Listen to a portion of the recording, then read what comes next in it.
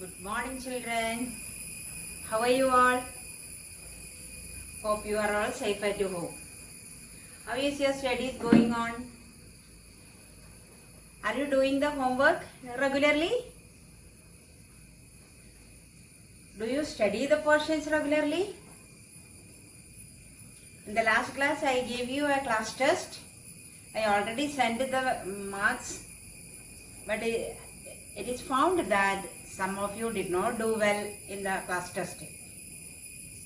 Those who got very less mark, study well. Okay?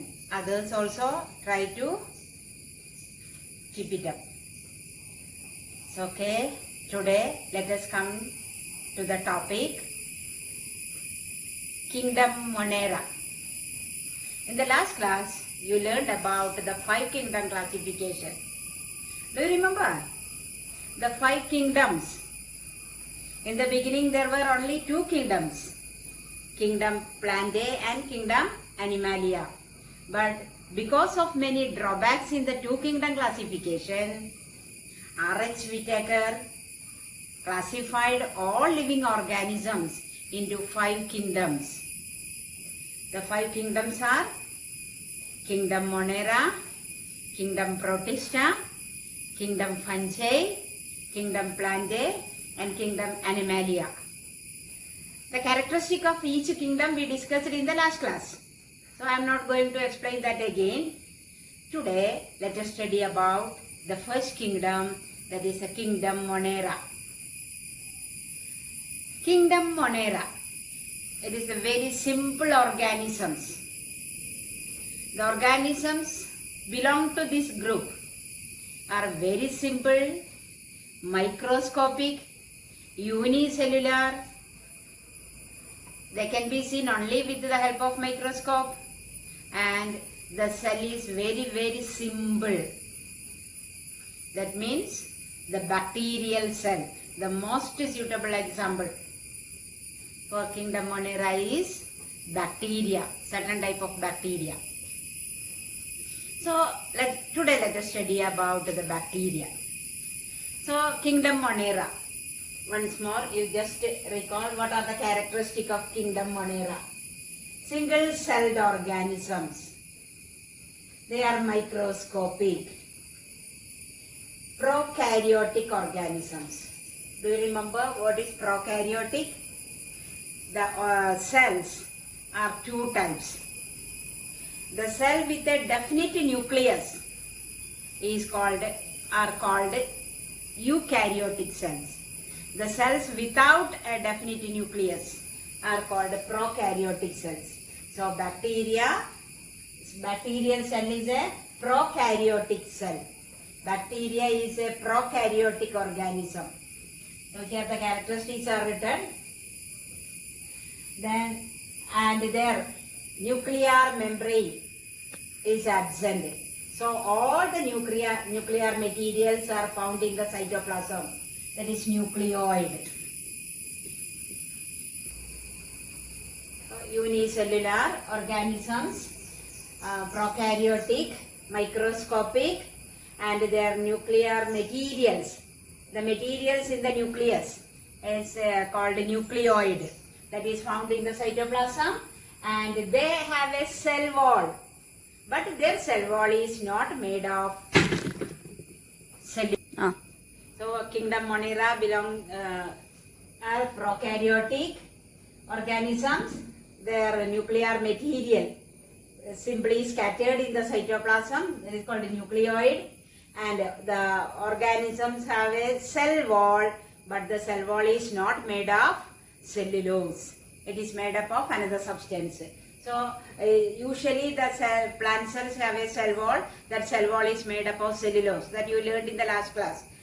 Last year, that is in 6th standard. Here, these organisms, Kingdom Monera, the organism belong to this group, have a cell wall, but that is not made of cellulose. Okay, then next characteristic. So, bacteria belong to Kingdom Monera. So, bacteria, where are they found? What is the size of bacteria? You know, bacteria are considered as the smallest living cell. Bacterial cell is considered as the smallest living cell, and they are found everywhere, in the water, air, soil, on our hands, in our body, in our mouth. Everywhere we can see bacteria. We cannot see them, they are microscopic, but it is present everywhere, and they are found everywhere, air, water, soil, and all the places, even in the classroom, on your dress, inside your stomach, everywhere. And they can survive in the extreme conditions, too hot and too cold. They can survive. They will not be destroyed soon. That is why when you have seen the advertisement and all, we cannot destroy all the bacteria completely. In all the disinfectant and everything, you might have seen 99%. They never say 100%. 99.9, or always you can see 1 or 2 bacteria remaining there. That means we cannot remove the bacteria completely. Only 1 or 2 will be present anywhere. Okay, then based on the shape of the bacteria, let us see bacteria. And this bacteria, what about their nutrition? What type of food they eat? You know, bacteria have no chlorophyll. They cannot prepare the food. So they are heterotrophs. They depend on other organisms for their food. There are 3 types of bacteria. Some bacteria are called parasites. That means they live in the body of other organisms and cause harm to the host body where they are living. Disease causing bacteria are parasites. Some bacteria are called parasites. Parasites means live in the body of other organisms, derive nutrients from their body and cause harm to the host body. That means where they are living. Then another one is saprophytic bacteria. Saprophytes means they derive food from dead and decaying organisms. Decomposing bacteria are saprophytes. They decompose. Decompose the dead remains. So they derive food from the dead remains, dead organic matter, decaying organic matter. So they are saprophytic bacteria. Then another type of bacteria, they are called symbionts. They are useful to a body. Useful bacteria. Symbionts means mutual help. They give, they get nourishment from the body. At the same time, they are useful to the body. Like that, mutual partnership we can say. Or they do not cause any harm to the body where they are living, but they help the body. Such type of bacteria are called symbionts or symbiotic bacteria. So bacteria are 3 types: parasitic bacteria, symbiotic bacteria, and the saprophytic bacteria. About these examples of all this you will learn later. Now, so they are heterotrophs. In short, we can say bacteria are heterotrophs. They cannot prepare the food. They depend on the food. They depend on the food prepared by other organisms. Okay. Then, I told you they are found everywhere. Okay. And depending on the shape of the bacteria, there are 3 types of bacteria. Sorry, 4 types of bacteria. Depending on the shape, there are 4 types of bacteria. Some bacteria are round, like this. Look at the board. Some bacteria are round. So, round bacteria are called cocci. Cocci is the term plural. Coccus is the singular term. So, round bacteria are called cocci. And some bacteria are rod-shaped. Rod means നടന്നു പോകുന്ന വഴിയല്ല. It is rod means something like long. So these rod-shaped bacteria are called bacillus. And some bacteria are spiral, means twisted. Spiral means twisted. So such bacteria are called spirillum. And the fourth type of bacteria, they are comma shaped. Comma, just like a comma. Comma shaped bacteria are called Vibrio. Vibrio bacteria are comma shaped. Spirillum are twisted or spiral shaped. Then rod shaped bacteria are called Bacillus, and the round bacteria are called Cocci. So round, rod shaped, spiral and comma shaped. So depending on the size, there are 4 types of bacteria. Again, this round shaped bacteria occur in different forms. That is not given in the textbook. Then also you have to know these round bacteria sometimes found singly. That means alone, a single bacteria. That is called monococcus. Mono, M-O-N-O, monococcus. And sometimes the bacteria form pairs. 2 bacteria together. Round bacteria, 2 bacteria found together. That is called diplococcus. Diplo means 2. Diplococcus, di. That is the meaning 2. So diplococcus means 2 bacteria together. Sometimes bacteria form in cluster, many bacteria together. So that is called staphylococcus. And sometimes bacteria form a long chain, one by one bacteria. So bacteria found in long chains, they are called streptococcus. So like that, these round bacteria, again 4 types. That is not given in the textbook, that is why I did not write here. So round bacteria, Bacillus, spiral and Vibrio. The next one is the structure of a bacterial cell.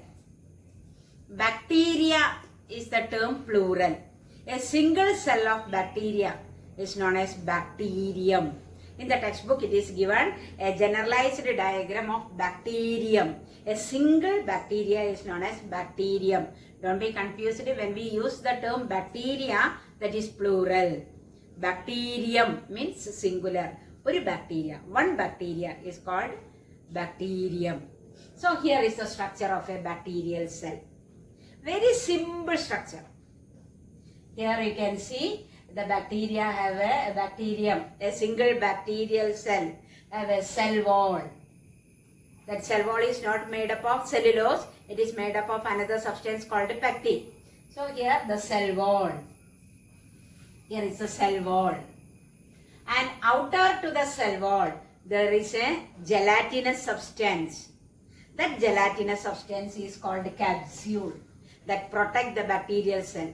It can withstand very extreme conditions. So to protect their body, outer to the cell wall, there is a gelatinous covering that is called a capsule. Then inner to the cell wall, the cell membrane, like other cells, cell membrane. And then the cytoplasm. Inside the cell, the cytoplasm. In the cytoplasm, there is no nuclear membrane. The nuclear materials found in the cytoplasm, it is scattered in the nucleus. And the reserve food, it has food stored in the body, glucose is stored in the form of glycogen. So that is the reserved food. These are the reserved stored food in the body. Then the bacteria, some bacteria possess flagellum. Flagellum means a whip-like structure which help them to move. So here you can see bacteria possess 1 or 2 flagellum. Some bacteria have flagellum all over the body. Some have 1 flagella at one side. Some have 2 flagella at both sides. That depends on the type of bacteria.